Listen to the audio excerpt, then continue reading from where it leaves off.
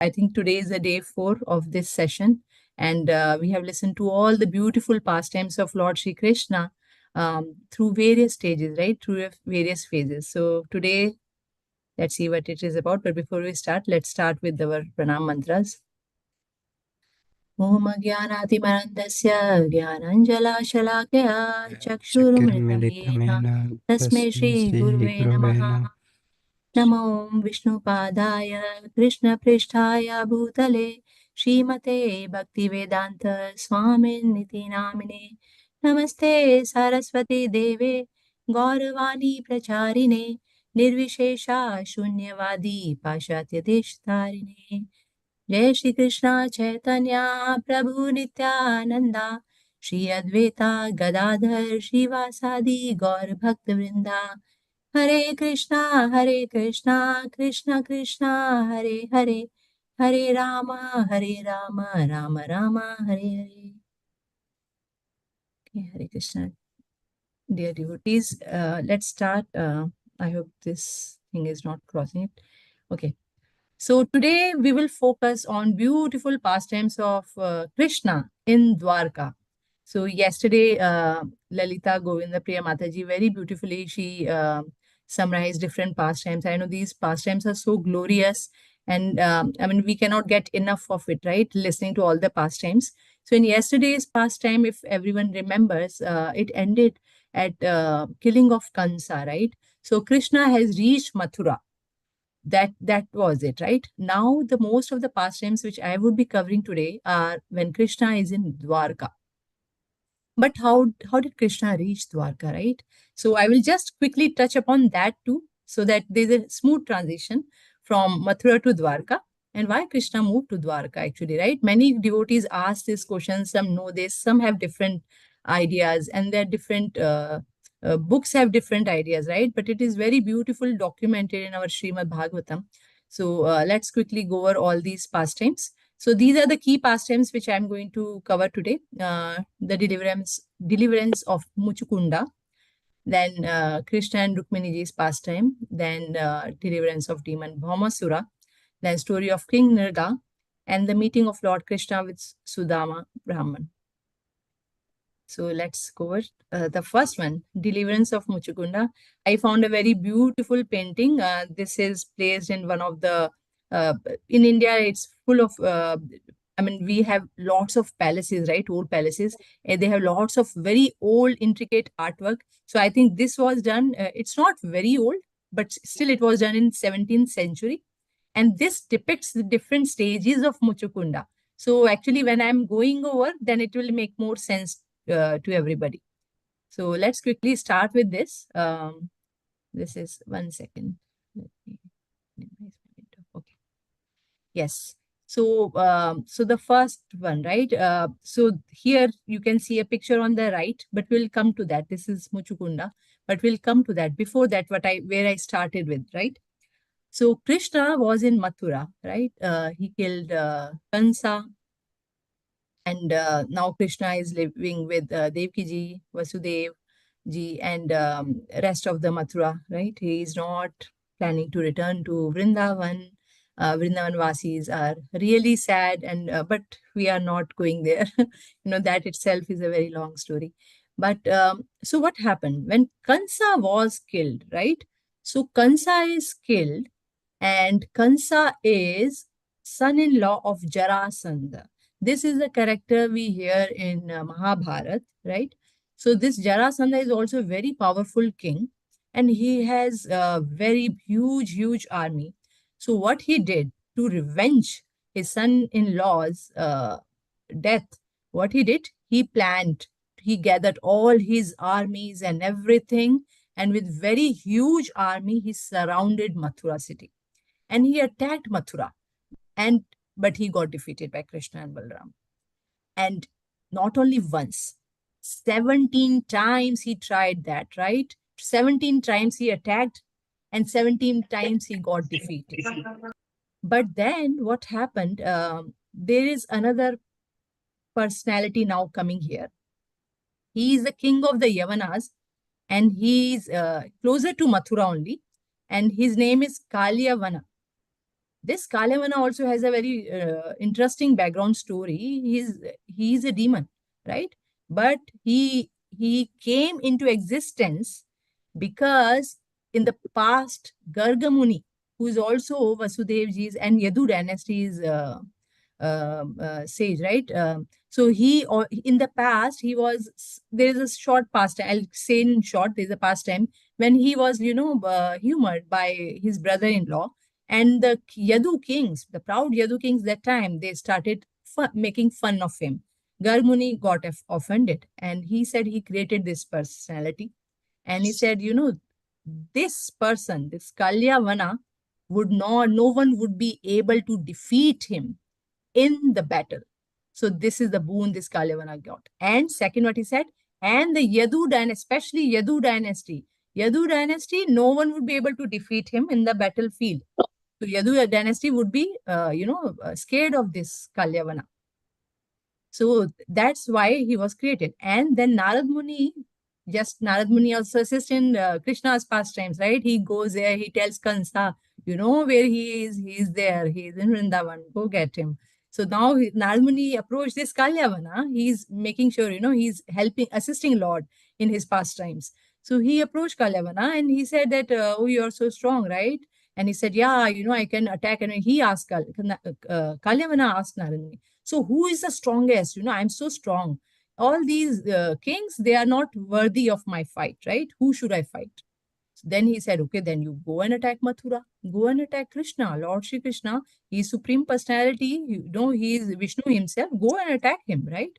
He is the strongest here on earth right now. So Kalyavana said, no one is stronger than me.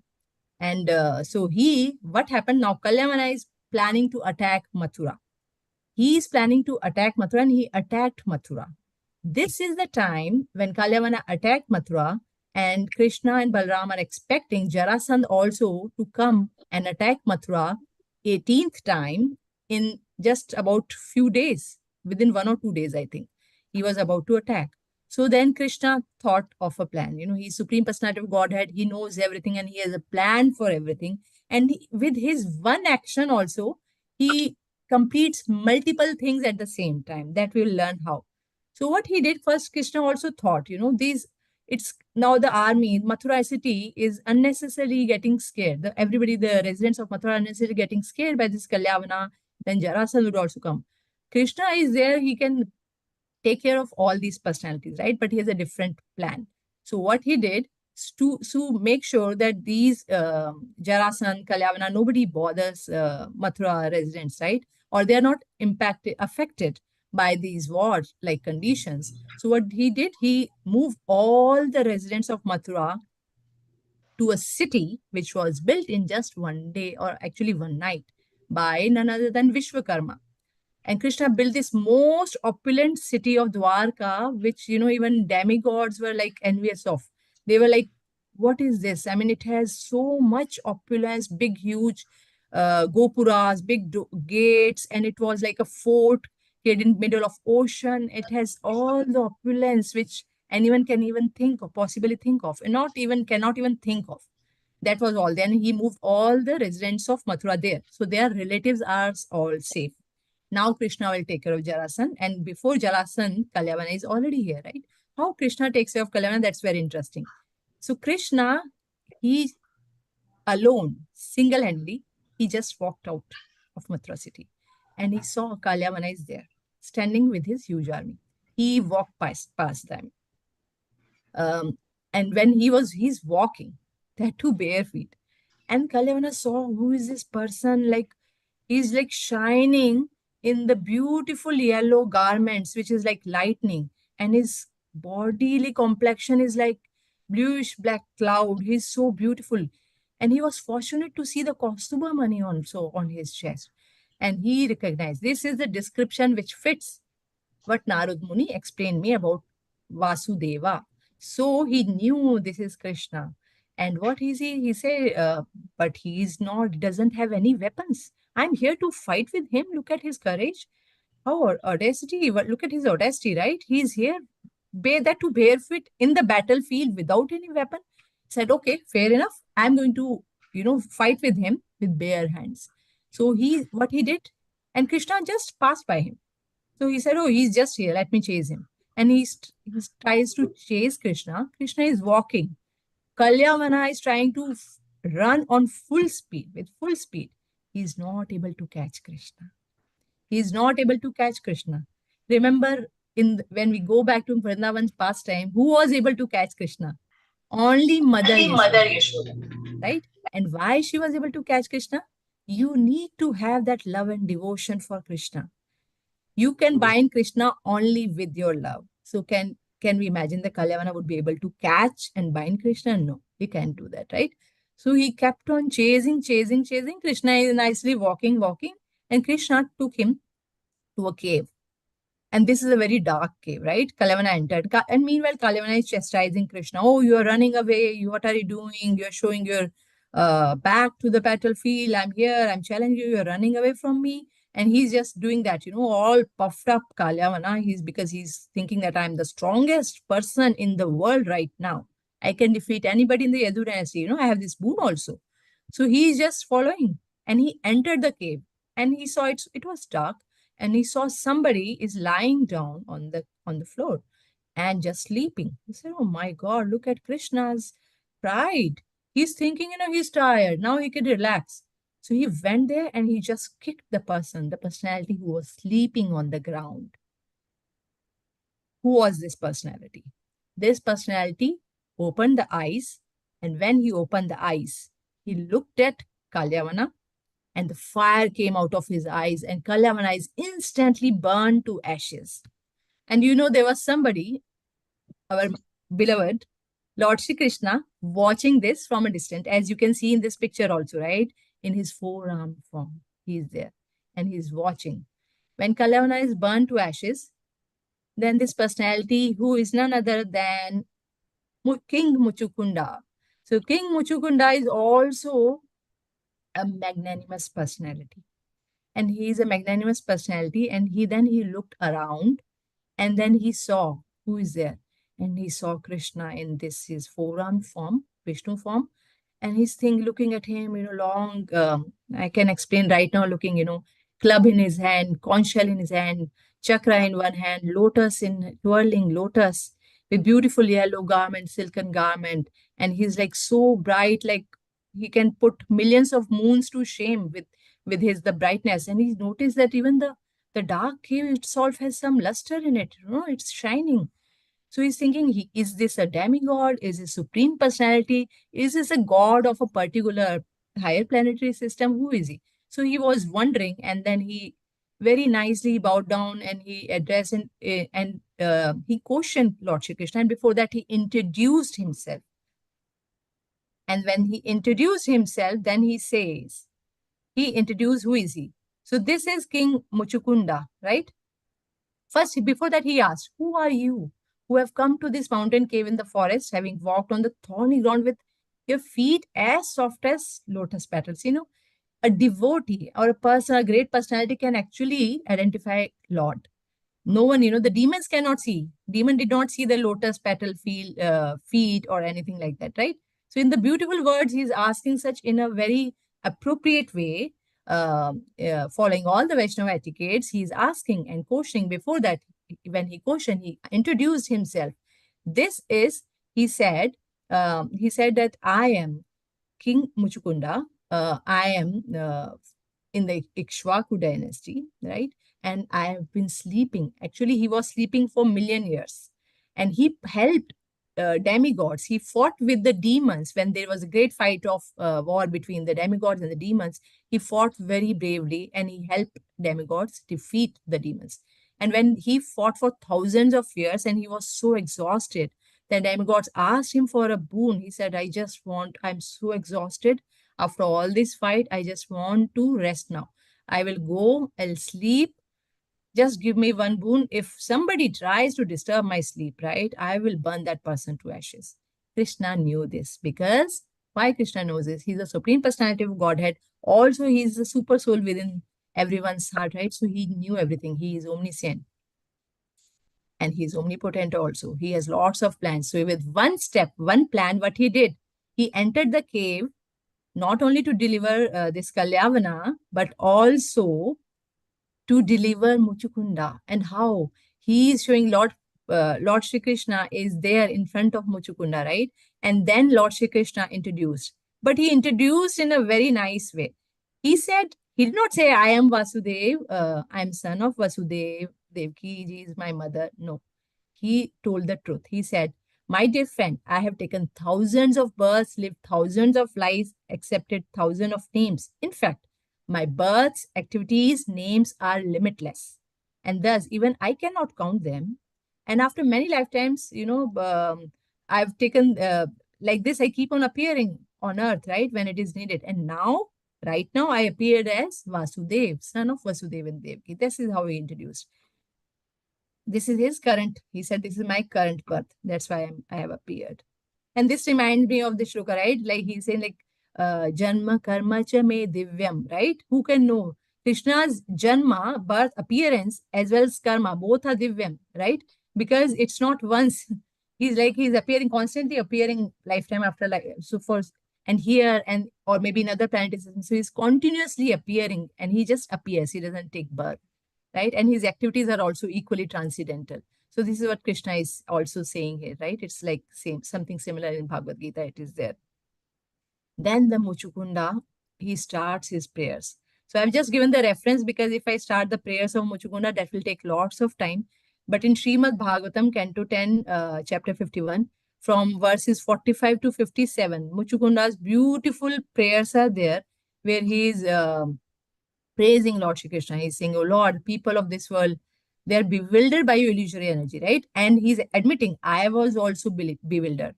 I was puffed up because he was so strong. And by the time, I also had deep arrogance that time, right? I took myself to, I thought I am the body. And I was, I was also enjoying everything, right? I was enjoying my senses. I was enjoying the strength. I was enjoying my kingdom. I was also enjoying the war, right? My strength, defeating the demons. I enjoyed everything. But I did not use my life properly. And then I slept. Did I use my life properly?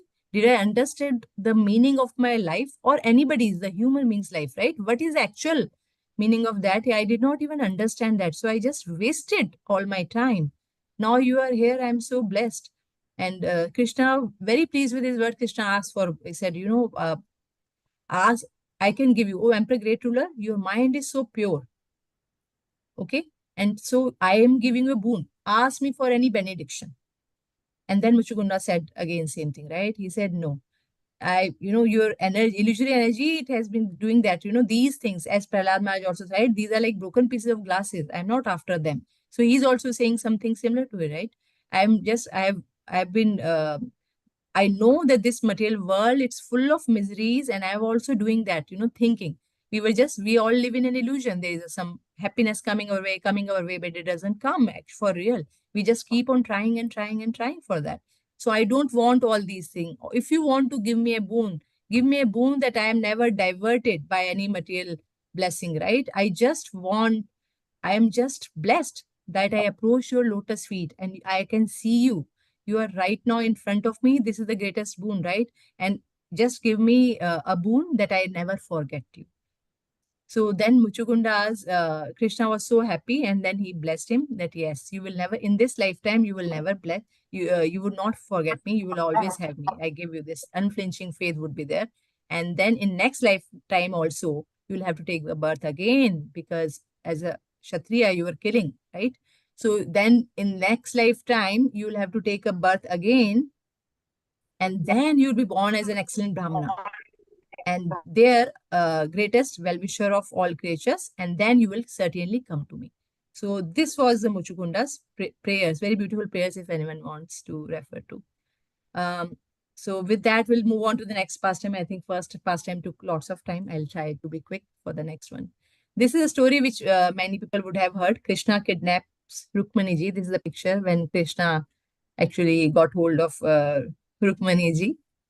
Okay, so quick background on this story. So Rukmani, right? So Shishupal, first of all, Rukmi is Rukmaniji's brother, right? And he was envious of Krishna. So he was envious. The person who are envious of Krishna, they did not recognize that Krishna is none other than the Supreme Personality of Godhead, right? And that's why he wanted to marry Rukmani ji with Shishupal, right? Shishupal is also cousin brother of Krishna ji only. And so it was all arranged. And Rukmani's father could not say no also, just to please his son. So then it was arranged, all arranged. Rukmani were arranged to marry Shishupal. Then what she does, and she wants Krishna as her husband. She knew, and Rukmani ji is none other than goddess of fortune herself, right? So she wants Krishna, uh, who is the husband of goddess of fortune, right? So only he has to be the husband of goddess of fortune here also in this pastime as well. So she sends a letter, beautiful letter, through a Brahmana. And this is the picture depicting that, a Brahmana standing, Krishna reading the letter. And she says that I don't want to marry, and I want you to come and save me from this, and I want you to be my husband. So Krishna also conveyed the same message to the through the Brahmana, that I also love Rukmani dearly, and I accept that, and I will come and I'll save her and I'll get her. So then Krishna and Balram immediately they started for Vidarbha, which is the city where Rukmani is going to get married, right? This is where she is the princess of Vidarbha. So they reach, and Balramji reached with an entire army. So all Yadu army, princes, everybody is there, everybody is there, and they're all decked up, but they are not going there to attack. They are just going there because there's a great marriage happening, and everybody is invited, right? All the great kings are invited. So they're just going there, and they were welcomed also by Rukmaniji's father. And but on the day when what happens, when the day of the wedding, the planned day, right? So and that day, Rukmi and some other envious kings, Shishupal and other envious kings, they all gathered there. They knew Krishna is there in town, right? So he can come. Maybe, and he knew that Krishna wanted to marry Rukminiji. And so they said, in case Krishna tried to do something, we are all here, we're going to fight, we're going to defeat him. So these, with enviousness, right, it comes, the pride comes, right? You think that you are very strong, very powerful. And they're thinking that they can even defeat the Supreme Personality of Godhead, right? Which they cannot. But this is what envy and pride can do to us. So they plan to fight Krishna. And now Rukmani ji, very beautifully decorated in Srimad Bhagavatam, her appearance is very nicely described in multiple verses, that how beautiful she was looking. And she's a goddess of fortune, right? And she was all beautifully decorated with nice ornaments, jewelry, nice silken clothes, flowers and whatnot. And she visits this temple of Sri Ambika to pray, along with different Brahminical women and other ladies. And they prayed there. And she's praying to Mother Gauri that, I just want Krishna as my husband. Please let him be here. I don't want to marry Shishupal. So she's praying. And after she came out, she's very softly walking, so that she's just waiting. I don't want to go and marry. I want Krishna. Where are you? Come and get me. Immediately out of nowhere, Krishna's chariot appears. I can go back. Krishna's chariot appear with these four horses, beautiful chariot, and Krishna looking so beautiful, and beautiful uh, goddess of fortune, Rukmani ji, she is there. Krishna just got hold of Rukmani ji and just escapes immediately, goes past all these envious kings who are just standing. And why the kings are just standing? Because looking at Rukmani ji's beauty, many of the kings has actually fainted. And some are like feeling dizzy and that, and they're not even prepared to fight or something. So by the time they came back to their senses, Rukmani ji is gone. Krishna is gone. So Krishna kidnaps Princess Rukmini. And Lord Balram, he is there. He defeated all the opposing kings. When they came back to their senses, they tried to fight. They're trying to chase, but Balram stayed with entire Yadu army, right? And easily they defeated everybody. And then Rukmi, the brother of Rukmini ji, he chased Lord Shri Krishna. He said, oh, you kings, you're all useless. You said that you're going to stop Krishna. You could not. Let me stop Krishna. So he went there with his army, and he chased only him. And with his army, he chased Lord Shri Krishna, and he came face to face, and he challenged Krishna. Someone challenged Krishna, Krishna will fight, right? So Krishna defeated Rukmi. And then finally Krishna took the sword, and he was about to cut him, right? When Rukminiji fell down to Krishna's feet and said, no, he's my brother. And then she's almost like she's so sad and she's about to faint and she's looking so beautiful in that appearance. Also, Lord Krishna immediately he also showed compassion. He said, "Okay, yeah, I will not kill, but since I have taken my sword, right?" So what he did, he kind of insulted Rukmi. He took off few of hairs from his mustache and head and other places, and then he leaves Rukmi. And now Lord Shri Krishna arrives at Dwarka with Rukminiji and the goddess of fortune, and they are very beautiful. Everybody, Yadu dynasty is so happy and very beautifully. All the arrangements were made for their wedding, and that's when Lord Shri Krishna married Rukminiji, and she became the prime queen at Dwarka. Okay, so this is Krishna kidnaps Rukminiji, right? Now we're going to the next one, which is the deliverance of the demon Bhaumasura. And this is a picture where Lord Shri Krishna on Garuda, along with Satyabhamaji, went and killed Bhaumasura. So let's quickly go there. Okay, I see one hand raised. I was planning to take all the questions at the end, Mataji, so that we can cover everything. I don't want to miss any story. Ranjana Shah, Mataji, you have hand raised? I'm sorry, it was a mistake. Oh, okay, that's fine. No Yeah, issues. sorry. No issues, Mataji. Okay, so Demon Bhaumasura, I'll try to be quick for this one as well. So who is this Demon Bhaumasura, or he's also called Narka or Narkasura, right? He is the son of Bhumi Devi or Earth Goddess, Mother Earth, and who? And Varadev. So anybody remembers that pastime of how Varadev saved Mother Earth, right? When Mother Earth is drowning in the water and he just picked with the tusks, right? Bhumi Devi. So he touched, and with the touch of Varadev's tusk, Bhumi Devi got impregnated and Bhaumasura is born. Now, because of this, see, if somebody's father is Supreme Personality of Godhead, he has to be very super powerful, isn't it? But he's ultimate, but he's a demon. He's Bhaumasura. So he is so powerful. What he did, so this Narkasura or Bhaumasura, he was so powerful. He stole Lord Varna's umbrella. He stole Mother Aditi's earrings, and he also stole the playground of the demigods, which is known as Mani Parvata. That all he stole. He captured all that place also.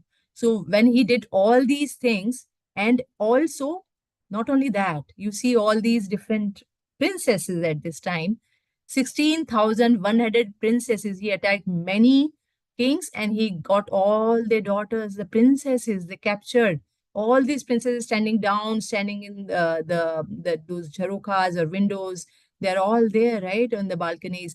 They're all there and looking at Krishna in this beautiful picture. These he captured. They're all captivated and they're all kept in a fort.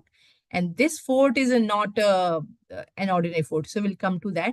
But all this he did, right? So Indra complained to Krishna. He got all these Aditi's earring and demigods, Mani Parvata, right? He captured all these things.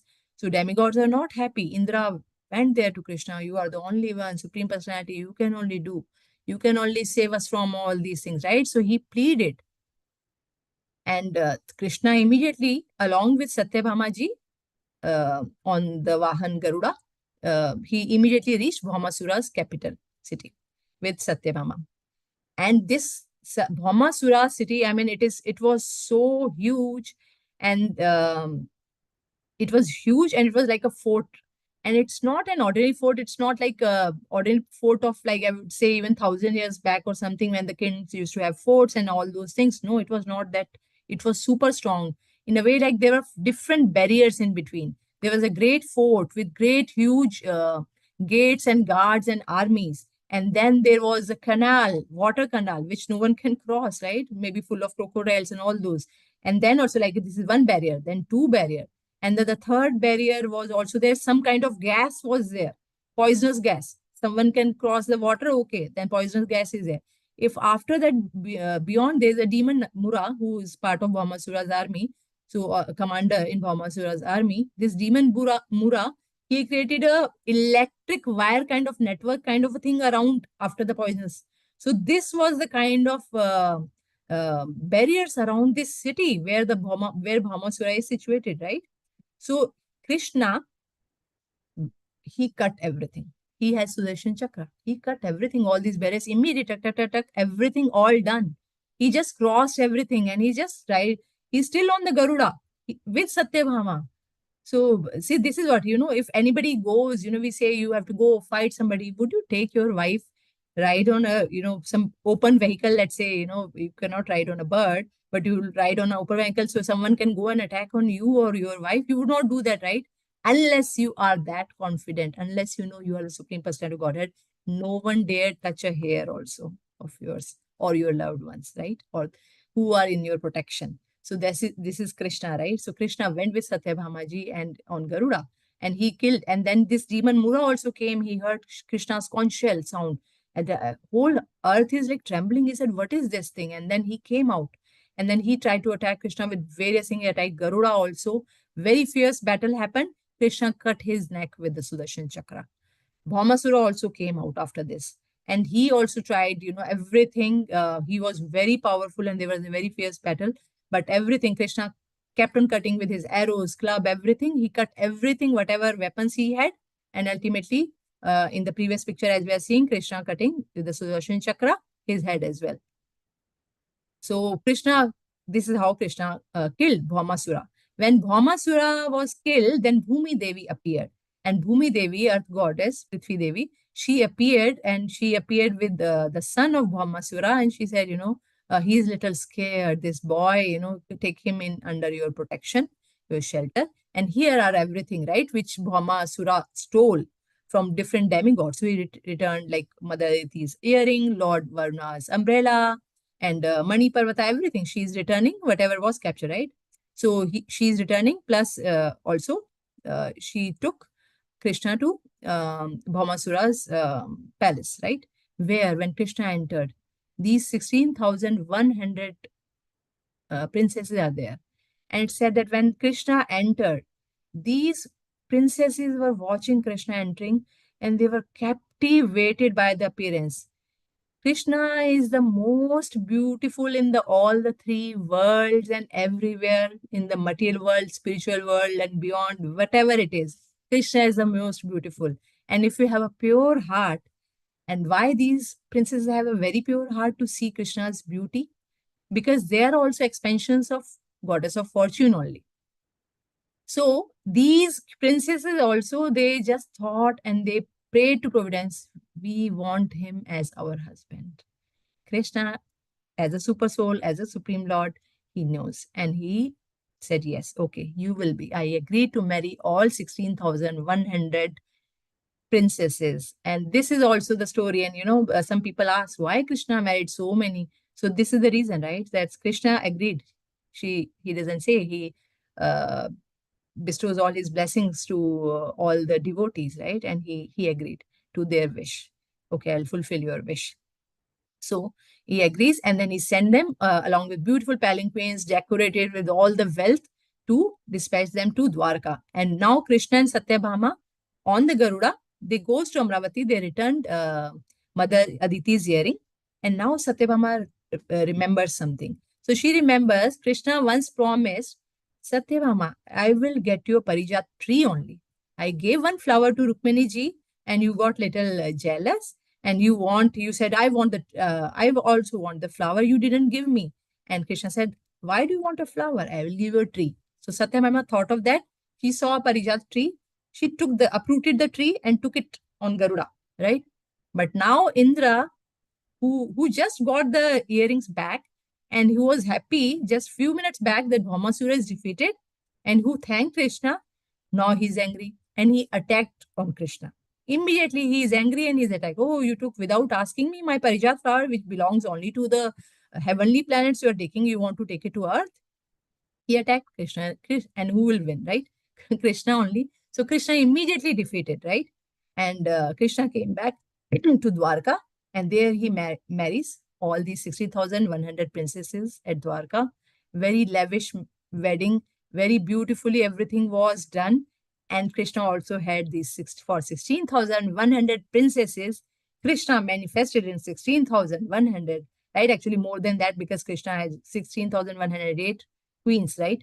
So all the Krishna manifested in so many Krishna, and they had these many palaces for each and every queen also. So Dwarka was like full of opulence. When we say Supreme Personality of Godhead is full of all opulence, right? No one is can be above him. So Dwarka was like a proof of that, where Krishna resided. Okay, so this is beautiful story of Krishna and Rukmani ji. You know how, sorry, not Krishna and Rukmani ji. Krishna and Rukmani ji was done by the Krishna and Bhaumasura, and how these 16,100 queens come. Now they are different, another pastime. This is also another beautiful story. All these stories are there in Srimad Bhagavatam, where all the Krishna's devotees and their stories are there. And it's said that in Srimad Bhagavatam, whosoever's name is appearing in Srimad Bhagavatam, those personalities are not simple or ordinary personalities. Even if they are giving setting a wrong example, showing with their example what is not to be done, or they are showing with their example how should a person or a Vaishnava behave, these personalities are all very wonderful and extraordinary personalities. That is the reason they got a place in the Srimad Bhagavatam, in the stories. Krishna's pastimes. Okay, so each and every personality is so important. And this story of King Nega, so this maybe many devotees might have heard of this story before, and for some it might be new. So this is also a very interesting story, and it's a very nice picture. So let's go to this story, right? The story of King Nega. So what happens? It starts with Krishna is in Dwarka, right? And now Krishna has all the queens and his princes. These are the young boys, Samba and other young boys of Yadava dynasty.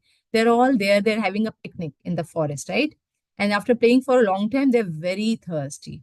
Okay, so they're looking for water. They saw a well, and then they find in the well, when they peeked into, so there was a big lizard inside the well. There's no water, but there is a big lizard. So they thought, and they felt very compassionate for this lizard. They said, "Oh, this lizard is just trapped in the well, and it cannot come out on its own.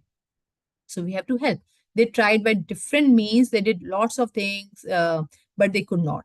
They could not help the lizard. So they went back, and when they went back, they told this story, all this entire story to Krishna, Lord Shri Krishna. And Lord Shri Krishna, full of all merciful Lord Shri Krishna, full of compassion for all the devotees, and knowing who this lizard is, and it is time to liberate this lizard, he came and he went down. This picture again on the left. So Lord Shri Krishna, he just went down. I mean, he just extended his hand and he wanted to take out the lizard with his hand. As he touched the lizard, what happened? A miracle happened. What happened? The lizard, there was a King Nriga was actually was the lizard, right? He was cursed to become a lizard, and then immediately he came in a demigod's form as soon as he was released from this form, right? So Krishna releases the lizard from a curse, and now King Nriga, he is going to introduce himself. King Nega is none other than the son of Ikshvaku dynasty, right? Where Lord Shri Ramchandra also appeared, right? And it was famous for giving charity. And this King Nega was like so famous for giving charity. Um, and he's saying that he has given so many cows to numerous brahmanas, like he used to give everything, and he will follow everything. He would like not be miserly. He will give more than what he should give in charity to brahmanas, and he would always do that, right? Lots and lots, hundreds and thousands of cows also he will give away just like that.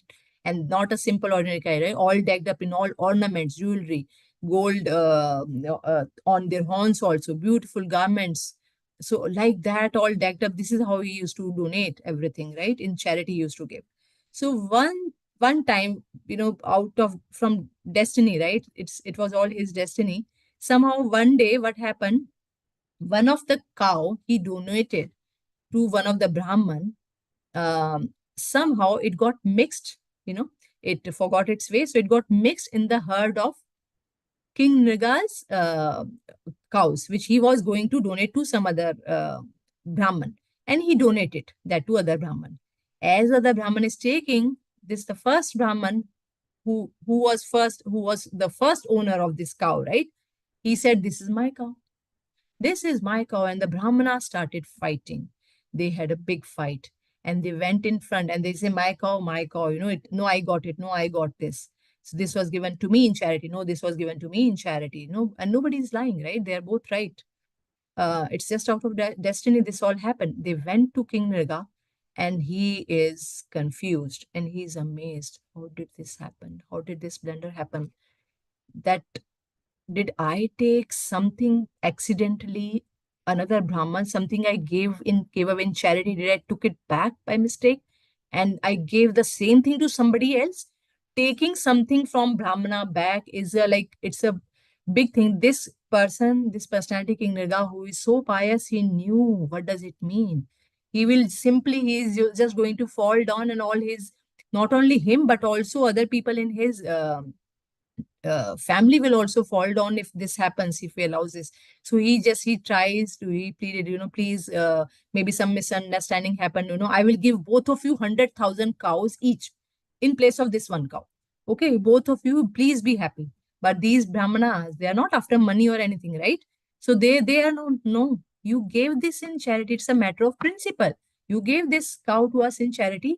So none of them listened, right? And they both were angry, both left the cow and walked away. Shortly thereafter, the king died, and he was taken to the Yamdutas in the court of Yamraj, and Yamraj asked him, this is the cause of fall down of King Nirga, right? This is what happened. Even by accidentally, some mistake happened. He took away a Brahmana's cow and gave it to some other Brahman. He fell down. Yamaraj asked him that you have lots of pious activities and you also have some sins accumulated. So what do you want to do first? What do you prefer to do first? You want to suffer the results of your sins, or you want to enjoy the results of your pious acts? Then King Nega said, okay, let me suffer my sinful reaction first. And then, because I know I have been so pious, I'm doing so much charity, this and that. So then I will enjoy. I mean, I have so much pious deeds in my account. Then I don't know for, how many years, thousands and thousands of years, I'll keep on enjoying only. So let me just first take care of this sinful reaction, right? Immediately, this is how he got converted into a lizard. This is how he came. So he narrated his story. Then King Riga, he narrated his story to Lord Shri Krishna that this is what happened to me. And now with that, now King Riga, he starts offering prayers to Lord Shri Krishna. And these prayers are there in the Srimad Bhagavatam, 10th canto, chapter 64, 26 to 29. Beautiful are there. And he's saying that, "Oh Almighty One, how is it that my eyes see you here before me? You are the Supreme Soul, whom the greatest masters of mystic yoga can meditate upon within their pure hearts only by employing spiritual eye of Vedas. Then how, O transcendental Lord, you are directly visible to me, since my intelligence has been blinded by severe tribulation of material life." I mean, he is not able to believe. He said, "O Deva Deva, O Jagannatha, O Govinda, Purushottam, Narayan, Rishikesha, O Punya Shloka, Achyuta, O Avyaya, O Krishna, please permit to depart for the world of the demigods." Because he knew now for the pious deeds, he is going to go to the demigods. But he asked for some blessing. He said, "Wherever I live, O Master, may my mind always take shelter of your feet. I'm offering my repeated obeisances to you. Please grant me this." And then, having spoken thus, Maharaj Niga, he circumambulated Lord Shri Krishna. He touched his crown to Lord's feet and he granted the permission to depart. King Riga then boarded a wonderful celestial aeroplane and he departed. Okay. So this is what happened. We will come to the few past lessons, maybe if we have some little time at the end very quickly. But this is what happens very quickly. I can tell you now only, right? What he did by mistake, accidentally only, he usurped a Brahmana's property. So then Krishna also went back. So the end of this chapter is very interesting. Krishna goes back to the Kshatriya class, to the Yadu dynasty, and he narrates this story. This lizard was King Niga. He was a very charitable, very pious king. Since he fell down, despite of all these charities, he fell down. All the pious deeds. What happened to all those pious deeds? He just fell down with one mistake, right? And what is that mistake? if you touch, if a Brahmana's property is stolen, even unknowingly, it will cause the person who takes it to fall down, just as the Brahmana's cow did this to Nriga. He told this, Krishna concluded. So even you should never treat even a learned Brahman also harshly. So you should, Krishna is loves Brahmanas. He respects, give all the, and he's a well-wisher of Brahmana, right? Namo Brahmana, Go Brahmana, Hitaye Che, right? So this is what we pray to Krishna also. So we know that Krishna also said that, I've never ever do that by mistake, accidentally also, definitely not knowingly, and unknowingly also. You should ensure you never do this mistake ever. So this is how he guided and shared this story with the Kshatriya class, and actually it's for the entire humanity. We should never do that. Why Brahmana actually anybody's property? We should never do that. Okay, then let's quickly go over this story. And Krishna, the meeting of Lord Krishna with Sudama Brahmana. This is the last story. Hopefully, we can finish. This is a story where again it is a Sudama the Brahmana, right? Sudama the Brahman. This story is all about, how Krishna worshipped his Brahman friend Sudama, who came to his palace seeking for charity, and then how two of them discussed their pastimes they had when they were in the Sandipani Muni's ashram, and then how Krishna treats his friend, right? Old, this poor friend with all the torn clothes and everything. So Sudama, so I'll be very quick. This is a very famous story. I think everyone would have heard. So let me quickly go over it. So Sudama was living under poverty, right? He was impoverished. They do some days for days. Sometimes they will not get even something to eat. Also, right? He was so lean. Everyone can see his like bones coming out, and so was his wife. She was also like that. Even the kids were also sometimes had to, or even if they have tiny little bit of grain, they'll just give it to the kids, and the husband and wife both will just drink some water and sleep like that, sometimes for many days. So this was their condition. Sudama's wife, who was a very pious lady, and she also worships her husband, the Brahmana, as Lord only, her Lord only. She could not tolerate the same thing happening to her husband. It's not that she is not able to tolerate, oh, I am not getting food, I am not getting this and that. No. She could not tolerate that this is the condition of her pious husband. So then she went and in very nice and kind words, she requested her husband that your friend is none other than Supreme Personality of Godhead, right? He's full of opulence. He is the king of Dwarka. Why don't you go there? You meet him. That way you'll get to see, take his darshan also. That will be also a great opportunity for you. And then don't ask for wealth. Ask for little bare necessity for you so that you can just live little comfortably, right? Just bare necessities of life, if you can ask from him. And Sudama agreed not to ask for the opulence or wealth or, yeah, my friend is a king, let me go ask for money. No. He's a staunch devotee. He loves and worships Krishna like anything, right? But he said, yes, this is an opportunity. My wife is right. If I'm getting an opportunity to see Supreme Lord in person, why would I miss this opportunity? Let me go and I will see about what my wife is saying. That maybe I will see. Maybe I will anyways get something. Like people give charity to Brahmanas, right? I'm a Brahmana. So he just with that, I want to see my friend. He just went and he asked for some offering for the friend, and wife immediately borrowed some chipped rice, broken chipped rice from neighbors, like chivda poha type kind of a thing, and he just packed in some handkerchief and he started for Dwarka. And nobody stops, though Dwarka is an opulent city, right? Guarded and everything, and he's going to a palace. 16,108 palaces are there, right? He's just walking. Nobody tries to stop him. It's a Brahmana, all in a very poor condition with all torn clothes, this and that. But he's just walking. And when he enters, then Krishna sees Sudama from a distance, and he was sitting on on the bed, on this bed where now Sudamaji is sitting here, right? Krishna saw him from far. He know it's my friend Sudama. He ran barefoot and he just hugged his friend Sudama, and everybody is astonished. How is this that this poor Brahmana is getting the mercy of Lord? This which Krishna hugs only Balram and maybe his princes, or Rukmani ji, the goddess of fortune, only is entitled for this? How come Krishna is giving this mercy to Sudama with so much affection, tears flowing from both Sudama and Krishna ji's eyes? And Krishna took him, with hold his hand, made him sit on his bed, where Rukmaniji and Krishna was sitting just few minutes before. And then Krishna is, like worshipping him like a Brahmana, how he should worship a Brahmana, washing his feet. Sometime he was washing his feet with his tears also, and he's like checking, how are you, friend? And such beautifully he welcomed him. They got him, Rukmaniji is also, there. And they're not calling the maids, they're just watching. She's fanning when Sudama, she feels, oh, Sudama might be hot. So she's fanning with the peak of feather that he should not, he's feeling comfortable. And they are like treating like him, like they're like a maid servant treats a master, right? They're so nicely they're treating, they're showing, setting an example how to treat a Vaishnava, how to treat a Brahmana if they come to your house. There, Krishna always leads by example, right? He shows everybody by example. uh, Even if Krishna is Supreme Personality of Godhead, she still is doing. Then Lord Krishna and Sudama's beautiful conversation is starting.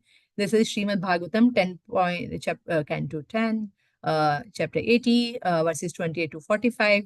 And they're reliving the memories, right? Old childhood memories, what all happened. You were always there. We were all together. We were in Sandipni Muni Ashram. Remember that night when it was raining and all that, we were stuck on a tree. They remembered everything. They were so, Sudama is feeling so blissful. Krishna is feeding him with his own hands. And then Krishna, when he was all nice and comfortable, then Krishna said, oh, you would not have come empty-handed, right? You accepted a wife, beautiful, nice, chaste lady as your wife. She would have sent something. My sister-in-law would have sent something. So he said, what is it? And Sudama is feeling like, look at this opulence of Dwarka city. He's the king. He's the supreme lord. I cannot offer. So Krishna knew. Then he saw that portly kind of a thing, right? That where that all this rice is. He just snatched it, and he snatched, and with his hand he ate first morsel. Krishna ate it, and it's like Rukmaniji, who is the goddess of fortune herself, and she know that when Krishna is eating a morsel, accepting somebody's offering, I have to go there personally and bring all opulence to this person's house. Not only for this life, but for next life also is covered. So then Krishna is about to take the second, then Krishna, Rukmaniji hold Krishna's hand. He said, enough. This is enough for granting him opulence, all the opulence he wants in this and next life. So then this is all so stopped. They stopped, right? So and then with this beautiful thing, then next day, Sudama was returning. He did not ask anything from Krishna, nothing. And he was just overwhelmed with the Krishna's love, with so much love Krishna gave him. He said, who is he? He's my friend, yes, but he was my friend that time. Now he's like Supreme Personality of Godhead and everything. And he gave me so much love. He hugged me. I am not entitled to this. He doesn't treat, you don't treat a Brahmana also like you are hugging your, I know I'm his friend, but I don't deserve all this. He gave me so much love, so much respect. Rukmaniji was there. She was fanning me. So he's like, with tears, he's returning. And when he reached back home, where is his broken heart? It was nowhere to be found. Instead, he sees some palace and all, and he's wondering, did somebody broke my heart? And did somebody erected a palace? But how did it happen? Like in few days, how did this all happen? Then a beautiful lady coming out who looks like another goddess of fortune. Then he looked slightly to see who is that, and he saw it's his own wife, all opulent and with all jewelry, everything she's wearing. And then she, touched his feet, and he hold his hand and took him inside, and he understood it's all Krishna's causeless mercy. I did not ask for anything. That's what Sudama felt. I did not ask for anything. Krishna gave me everything. And this is what Krishna asks, needs from all the Vaishnavas, all the devotees. This is what we should not go to Krishna with any material desire. We should go only, we should offer our love and devotion, and we should ask, beg for that some part of some love. If we can also get, we can feel that a second, a millisecond of a love from Krishna, right? That's what we want. And then Lord Krishna blessed Sudama, right? But Sudama, he maintained his mood of detachment. He didn't become puffed up, or I'm a rich man now, I should enjoy. No, he was detached. He was detached from all everything. and he constantly chanted. His life did not change. He stayed as is, right? Of course, he had food to eat, but everything else stayed as is, right? He was just still constantly chanting the glories of Lord Shri Krishna. And then in due course of time, he went back to Godhead. So I know I'm little over time, but let's quickly few lessons. There are so many actually. I cannot. It was hard for me to write down few lessons, but still I wrote something which really touched me. But these prayers, I would say, all these stories which I narrated, they are very beautiful prayers with heartfelt prayers. If we recite these prayers anytime, especially in Chaturmas and especially in the Purushottam or in Kartik month, these are like very powerful prayers. So we don't have to reinvent the wheel. We can just go to Srimad Bhagavatam, quote these prayers, and we just, if we can recite the same prayer to Krishna with full love and devotion, Krishna will answer our prayers. So few lessons, some interesting stories. Like first one was Muchukunda. Lord Krishna told something to Muchukunda. What? The intelligence of my unalloyed devotees is never diverted by material blessings. Krishna wanted to bless Muchukunda with what? Ask for any boon, benediction. He could have said, oh, I want to be Indra. I want to be Brahma. I want to be this. I want to be king of this heavenly kingdom, this and that. Want to live liberation or anything he could have asked. No, right? He did not ask for all that. He said, no, I want unalloyed devotional service. And so that's what Krishna is saying. The intelligence of my unalloyed devotees never diverted by material blessing. Doesn't matter if even if they're opulent, like Sudama, just now we saw, right? Their intelligence will not go away, right? Their faith in Krishna would not go down. Then second is the possession of too many worldly riches is a disqualification for advancement in Krishna consciousness. This is what Shukdev Goswami said on Indra fighting with Krishna. Indra start fighting with Krishna when Krishna took one parijat tree, right? Before that, 2 minutes back, he was pleading. And oh, sorry, he was paying all the obeisances. Thank you. You got Aditi's earring back. You got this back. We got everything back from Bhaumasura. You killed Bhaumasura. Now we are relieved. Now we can enjoy. But he just want to, I mean, he is also, again, same thing, right? Indra is who? He is also a great devotee. He is showing by his example. Krishna is making him a medium to teach us some lessons, right? This is what is happening. But Shukdev Goswami, this is what our takeaway from there. Then from King Nirga's story, there are two interesting points. One is the fruitative activities, even if very pious, cannot give us eternal blissful life. King Nirga, who was very charitable, right? He did so much charity, but did it give him an eternal blissful life? So what was missing? Let's see. As stated in Bhagavad Gita, the result of work, either pious or impious, is sure to bind up men unless the work is discharged as yajna on behalf of Supreme Personality of Godhead. We have to do everything keeping Krishna in center. Everything should be done to please Krishna, not for charity, not austerity, not for heavenly planets. If we do it, then we will enjoy for maybe million years heavenly planet, but then after that you have to come back here, face this everything, same repeated cycle of birth and death.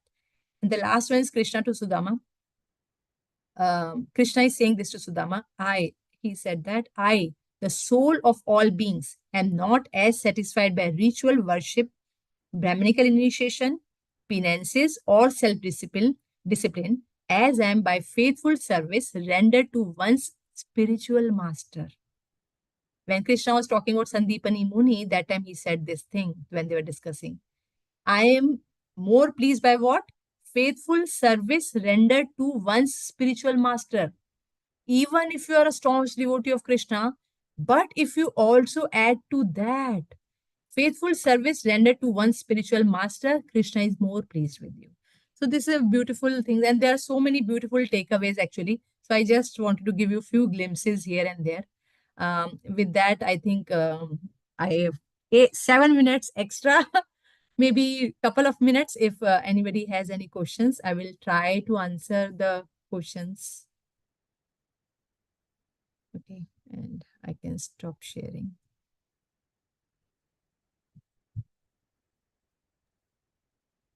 Hare Krishna Mataji. Mataji, one question regarding Kaliyabund. As you mentioned, he got some bone, like he can kill, destroy the Yaduvans. So okay, No, he cannot destroy the Yaduvansh. He cannot be defeated in battle. defeated. Okay. So from But whom Krishna he knows how got? to defeat him, right? Krishna Yes, yes, found a way. yes. So, from whom he got the boon and how was little bit lights on that? Yeah, sure. And I did mention in the starting, it was little story about, so you know Gargamuni, right? So, yes, so he's also a realized soul, and he's not there, like he was not only there at the time when Krishna. Remember who gave the name to Krishna, right? Gargamuni only, who was Yadu dynasty's priest only, right? So this Yadu dynasty's priest, Gargamuni, he was always a priest of Yadu dynasty. So long time back, he was a priest of Yadu dynasty, and he was just his brother-in-law some cracked some joke right on him. Yadu kings were there that time. Few Yadu kings were there, and the other dynasty people were there. They joined him, and they started making fun of Gargamuni. Who is he? He's a priest. He's a Brahmana. They're making fun of him. So Gargamuni, I mean, he's very compassionate and everything, but he said, okay, this is not the right thing to do. So you are very puffed up right now because of all your powers and everything. So here, Kalyavana, you cannot defeat him. You cannot defeat him in battle. Okay, so now the Yadu dynasty should be scared of this person.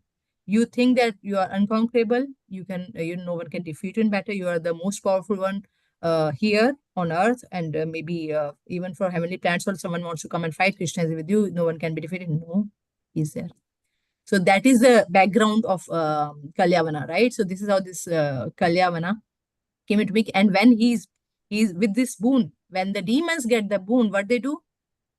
They try to Misuse. attack demigods and everything, right? This is what he did. So he attacked everybody. He got everything, even Mother Aditi's earring. He got Varuna's snatch, captured everything. Plus, there's a very long description from demigods' properties and a different thing he captured and captivated many things. And he took away all the, most precious things, whatever they had. So that's what he was doing. That's why Indra reached, approached Krishna ji. Thank you, Mataji. And Mataji, one more question regarding Bhaumasur. So, I mean, he being the son of Earth Mother and Supreme Lord, Hmm. so then how he was having the demonical quality? Was there any cause to him, or how is it? I'm not able to recall uh, because see, if we read actually when we do study, maybe Gopikan Prabhu can help. But in Bhagavatam, actually, for many demons, their pious lives are also mentioned, right? Who were there? So why? This is a good, interesting question, right? Why Bhaumasura is a demon, right? Uh, I'm just quickly checking in his past life if we find. Hmm, it's not mentioned anywhere here. His past life. Okay.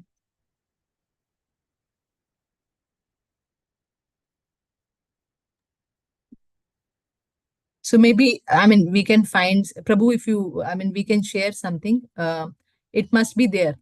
For many demons and for many personalities, the stories like what they were in their past life and why he has to be killed, even getting delivered. Krishna is killing someone, that person is also getting delivered, right? So any of the demons who they all got delivered, right? So they all got some kind of mukti. So why this person is entitled also for this kind of delivery, right? That is also, I mean, that should be there. Mm, but what I read is only about his current one and how he came into being. But he became the Asura king, definitely. Sure, Mataji. I'll Yeah. check with maybe Prabhuji or something. Thank you so much. Hare Krishna. Thank you, Prabhu.